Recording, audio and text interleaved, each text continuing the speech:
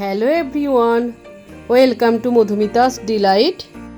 আজ আমি শেয়ার করছি খুব সুন্দর টেস্টি একটা স্ন্যাক্স, সুজি আলুর কাটলেট। খেতে খুবই অসাধারণ। এটা আপনারা উপোসের দিনও বানিয়ে খেতে পারবেন। আর এই স্ন্যাক্সটি আমি বানাবো খুব সাধারণ কয়েকটা উপাদান দিয়ে। তাহলে শুরু করছি। প্রথমে শুকনো কড়াইতে হাফ চামচ গোটা জিরে দিলাম, একটু নাড়াচাড়া করে নেব। তারপর 2 কাপ জল দিলাম, কিছুটা কারি পাতা হাত দিয়ে কুচে নিয়ে দিলাম, আর 1 কাপ সুজি দিলাম। যে কাপ মেপে জল দিয়েছি সেই কাপ মেপেই সুজি দিতে হবে। 1/3 চামচ নুন দিলাম, আর সঙ্গে সঙ্গেই এবার খুন্তি দিয়ে সুজিটা নাড়তে হবে। জল আর সুজির পরিমাপ হবে 2:1, অর্থাৎ 2 কাপ জল আর 1 কাপ সুজি, একই কাপের পরিমাপ।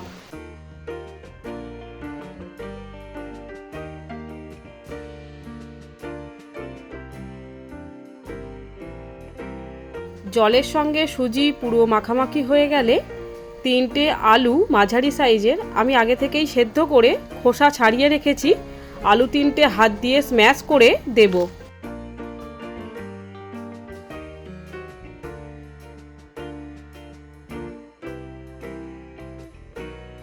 এক চামচ চিলি ফ্লেক্স আর হাফ চামচ চাট মশলা দিলাম। সামান্য নুন দিলাম 1/4 চামচ মতো আলুর জন্য। নুনটা আপনারা স্বাদ অনুযায়ী দেবেন।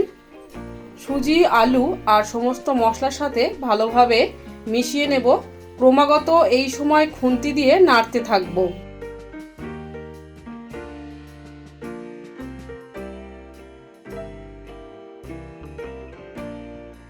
সুজি আর আলুটা মাখামাখি হয়ে গেছে, দেখাচ্ছি আপনাদের।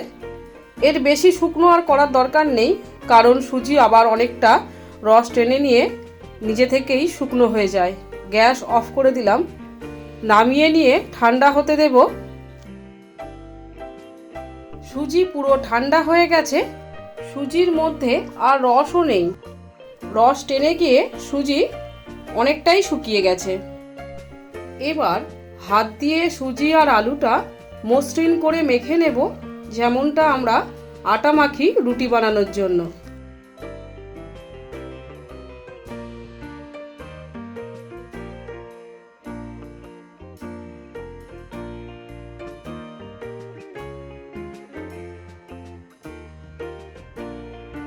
সুজি আর আলু মসৃণভাবে মাখিয়ে লম্বা রোলের মতো গড়ে নেব।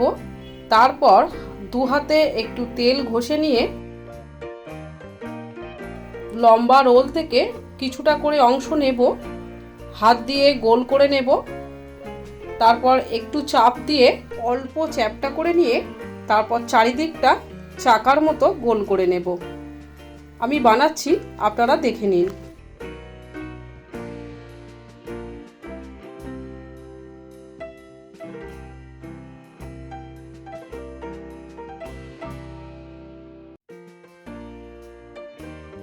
সব শেষে কড়াইতে হাফ কাপ মতো রিফাইন্ড তেল গরম করে নিয়েছি। তেল গরম হলে গ্যাসটা মিডিয়ামে রেখে কাটলেটগুলো একটা করে তেলের মধ্যে দেব। একটা সাইড লাল হয়ে গেলে অন্য সাইডটা উল্টে দেব। দুটো সাইডই লাল করে ভেজে নেব। শ্যালো ফ্রাই করব, ডিপ ফ্রাই করব না। আপনারা চাইলে আরও অনেক বেশি পরিমাণ তেল দিয়ে ভাজতে পারেন, কিন্তু আমি কম তেলেই ভাজবো। আমি সবসময় চেষ্টা করি তেল একটু কম ব্যবহার করার। কাটলেটগুলো দুটো সাইডই লাল হয়ে গেছে, ভাজা হয়ে গেছে, তুলে নেব। তারপর বাকিগুলো একই পদ্ধতিতে ভেজে নেব।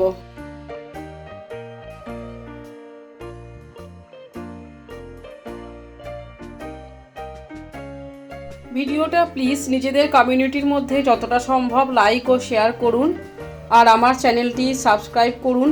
পাশের বেল আইকনটিও প্রেস করুন, তাহলে আমি ভিডিও আপলোড করা মাত্রই আপনাদের মধ্যে নোটিফিকেশান পৌঁছে যাবে। ভালো থাকবেন, আবারও দেখা হবে পরবর্তী কোনো ইন্টারেস্টিং ভিডিওতে।